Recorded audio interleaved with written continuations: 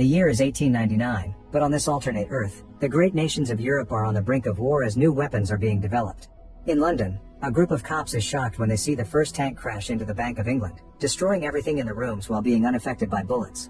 The tank uses its cannon to shoot the vault door open before the terrorists come out with their leader the Phantom.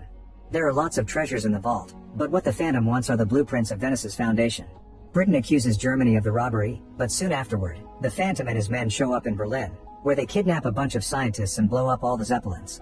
Countries begin pointing fingers at each other and war is imminent. Sometime later in Kenya, Reed is looking for Alan, the famous hero from King Solomon's Mines. An old man calling himself Alan starts sharing some old adventure stories, but when Reed mentions he works for the British government and they need help, the real Alan reveals himself. It turns out he often uses a friend to protect his identity. Reed explains he's trying to prevent the next World War, but Alan refuses to help because he doesn't fight anymore since he lost his family. At that moment, a group of strange men come in and ask for Alan, only to shoot the old man thinking he's the real one. Alan immediately opens fire and a gunfight ensues, but it's hard to kill these guys because they're wearing armor and using the latest model of guns, which are automatic. After a few very precise shots to make the men fail, Alan comes out to fight them hand to hand, dodging bullets and knives to defeat the bad guys using furniture and even a horn on the wall. One of the henchmen manages to run away, so Alan goes after him, not noticing the suitcase they left behind. Since he's an expert sharpshooter, Alan stops the guy by shooting from afar, but before he can interrogate, the guy self-deletes with poison. Suddenly the tavern explodes, and since the war is threatening the peace he achieved in Africa, Alan accepts to help Reed. Later in England, Reed introduces Alan to his boss M, who explains he's forming a team known as the League of Extraordinary Gentlemen to stop the Phantom. Alan also meets Captain Nemo from 20,000 Leagues Under the Seas, whose ship will take them to Venice in 4 days because clues indicate the Phantom will attack there next. Suddenly a voice talks from an empty chair and some papers start moving. It turns out the other team member is Skinner, a thief who made a serum to become invisible but hasn't found a cure yet. To be less annoying, Skinner puts on a jacket and face paint so the others can see him. At that moment, another team member arrives. Her name is Mina and she's an expert chemist, but Alan isn't happy about having a woman on the team. The group gets going and Nemo impresses everyone with the latest automobile technology. The driver is his first mate Ishmael, from Moby Dick. On their way out, they don't notice they're being followed. Eventually they make it to the docks to recruit the infamous Dorian Gray, who only lets them in because Mina is his ex. After noticing that Dorian is missing a painting on the wall, Alan shares that a witch doctor once blessed him for saving the village, so it's said Africa will never let him die. He also remembers meeting Dorian when he was a child, yet Dorian hasn't aged a day. Dorian avoids all explanations because he isn't interested in joining the team, but the conversation is interrupted when a bunch of armed men come out of the shadows together with the Phantom, who asks the League to join him. While the Phantom talks, Alan notices one of the henchmen looks different. He's the stalker from earlier, who immediately opens fire against the enemy. Chaos ensues in the room as everyone begins to fight and reveals their skills in the process. Dorian is immortal, so he just walks into the bullets to kill the men with his sword and lets his body heal himself. Nemo uses a sword and martial arts while Alan uses his own firearm, and so does the stalker, who turns out to be an American Secret Service agent called Tom Sawyer. Skinner takes off his jacket and paint to hit bad guys with things like books. The Phantom runs away and Alan tries to stop him, but he's intercepted by a henchman. While they fight, Tom tries to chase after the Phantom, who manages to escape by jumping through the window into the river. The guys think the fight is over, but there's one last man hiding and he takes Mina hostage. However, Mina's eyes suddenly turn red and she bites the guy to kill him by drinking his blood. It turns out she's the widow of Jonathan Harker, who was part of the team that killed Dracula. Then Dorian accepts to join the team because he took this attack personally, and Alan lets Tom join too. Tom was sent by the American government because they're worried the war will reach the Americas too. The team's next stop is Paris, so Nemo introduces the team to his ship Nautilus, which can also work as a submarine. When they finally arrive at the city, Alan and Tom chase after a huge monster known as Mr. Hyde, who has been terrorizing the locals lately. With calculated shots, Alan lures Hyde into a very specific spot while teaching Tom how to waste fewer bullets, calling his crazy shooting American style. Hyde eventually stops on a rooftop and Alan shoots to make him fall right into a net they prepared earlier. Once they make it back to Nautilus, it requires lots of crew members to chain Hyde down, and yet the monster still manages to push some of them away. While they try to calm him down, Skinner falls and Dorian helps him, only to scratch him in the process. Alan manages to make Hyde stop by offering a deal. If he helps them, he'll get a pardon from the Queen and he can go back to London. Hyde accepts, and at that moment, the effects of the elixir he took to transform finally end and he painfully transforms into his real form, the very shy Dr. Jekyll. Now the team is complete. The ship enters submarine mode and starts making its way to Venice using a copy of the blueprints the Phantom stole. Now the team has to learn to live with each other. Alan is soon annoyed by Skinner because he doesn't wear his coat to make his presence known, and Mina is disturbed to learn that Nemo worships the goddess of death. However, Alan is more scared of her than some religious statue. One afternoon after the Nautilus enters ship mode again, Alan tries to teach Tom how to waste fewer bullets and shoot more accurately, but when Tom asks him about his dead son, Alan leaves. Meanwhile, Nemo and Ishmael are surprised to find powder in the control room right before a book closes on its own behind them. They give the powder to Mina, who analyzes it and discovers that it's the powder photographers use to create flesh. Dorian visits her and shares his secret. The missing portrait at his home is magical, and it ages instead of him. He can't look at it or he'll lose his powers. Dorian also flirts with Mina and shares a drink, but when the glass breaks, it cuts her finger. The smell of blood gets Mina excited and they end up kissing, which makes Jekyll jealous while he watches from afar.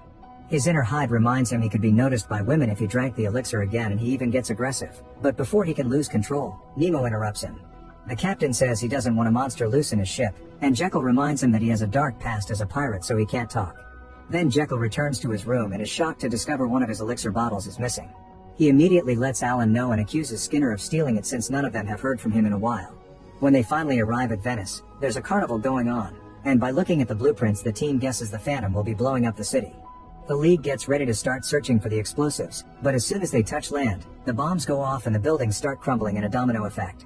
They must destroy a particular building to stop it, so Tom takes Nemo's automobile and leaves with Alan, Dorian, and Mina, but Jekyll refuses to go because he's afraid of releasing Hyde. As soon as the team drives down the streets, the Phantom's men surround them and open fire. Dorian thinks Skinner let them know they were coming and runs away. Alan and Tom try to shoot back, but there are too many men, so Mina jumps out of the car and climbs the wall with her powers to quickly feed on all the bad guys without mercy. While buildings continue to collapse and start damaging the ship, Alan sees the Phantom nearby and he jumps out as well to go after him. Tom is left driving alone, and after dodging lots of falling debris, he finally finds the right building and shoots a flare, so Nemo fires a rocket that destroys that building and finally puts an end to the domino effect. As the explosion goes off, the car flips and Tom gets caught under it. On the ship, Dorian reveals he's the actual spy and shoots Ishmael. Meanwhile, Alan follows the Phantom to a cemetery and they exchange a few hits. The Phantom stabs Alan on the shoulder and Alan hits him in return, which causes the mask to fall and shows his identity. He's actually M, which stands for Moriarty, the legendary enemy of Sherlock Holmes. The Phantom runs away and Alan throws the knife back at him, but it isn't enough to stop him. Afterward, the team returns to the ship and finds a dying Ishmael, who uses his last breath to tell them about Dorian. At that moment, the ship's exploration pod comes out and shows Dorian going away to meet with the Phantom. The League immediately starts following him with the ship, and during the trip, they find a recording left by Dorian. The Phantom's voice starts playing, explaining that Reed works for him too and he sent him to put together the League on purpose so Dorian could get a sample of their abilities. Dorian stole Jekyll's elixir bottle, took Mina's blood with the broken glass, took Skinner's skin when he scratched him, and took pictures of Nemo's technology. Alan was recruited because he was the only one capable of capturing Hyde. With these samples, he'll able to build super soldiers to sell during war times. As he listens, Jekyll notices his inner Hyde is in pain because of a weird frequency in the recording, and at that moment the Phantom announces the ship will explode when the recording ends. That's exactly what happens, and the entire ship shakes as water starts to flood the engine room and drags down some crew members. Nemo can't make the Nautilus resurface because of this, so he orders his men to seal the engine room with the men inside for the greater good. Hyde convinces Jekyll they can help, so he runs into the room before it's sealed and takes the elixir to transform underwater. Then he swims down to the bottom and using his strength, he pulls the levers and opens the valves, which immediately drains the ship and allows it to resurface. While everyone tries to organize things, they get a message in Morse code from Skinner, who sneaked into the pod with Dorian and now sends the team directions to follow. Eventually they make it to northern Mongolia, where they discover the Phantom's secret fortress. They hide in a cave to wait for Skinner, who arrives with a disturbing report. The fortress is huge and the kidnapped scientists are working in factories 24/7 to make super soldiers and copy Nemo's inventions. While the team makes a plan, Dorian asks the Phantom for his painting, revealing that the Phantom stole it just to make him work for him. Now that he has it back, Dorian refuses to fight again. Soon the League arrives at the fortress and they knock down the guards outside with their powers. They sneak inside and Skinner begins placing explosives around the factory while Hyde, Nemo, and his crew free the families of the scientists, but unfortunately they're found by a whole army of guards. A gunfight soon ensues, but Nemo's weapons don't do anything because the enemy is wearing full body armor. Hyde uses a huge metal door to deflect the bullets, giving Nemo the chance to fight the guards at the lab with his sword and release the scientists too. Meanwhile, Mina finds Dorian in his room and they begin a fight with blades, but no matter how much they slash at each other, their wounds keep regenerating. Suddenly Mina is distracted when she notices the magical painting, so Dorian uses the chance to nail her to the bed with his sword. However, he fails to get her heart, so Mina surprises him from behind and impales him on the wall with his own sword. Then she forces him to look at his painting, which breaks the spell, and Dorian regains all the years the picture took from him until he dies. Alan and Tom go looking for the Phantom, who is currently overseeing the box with all the League's samples.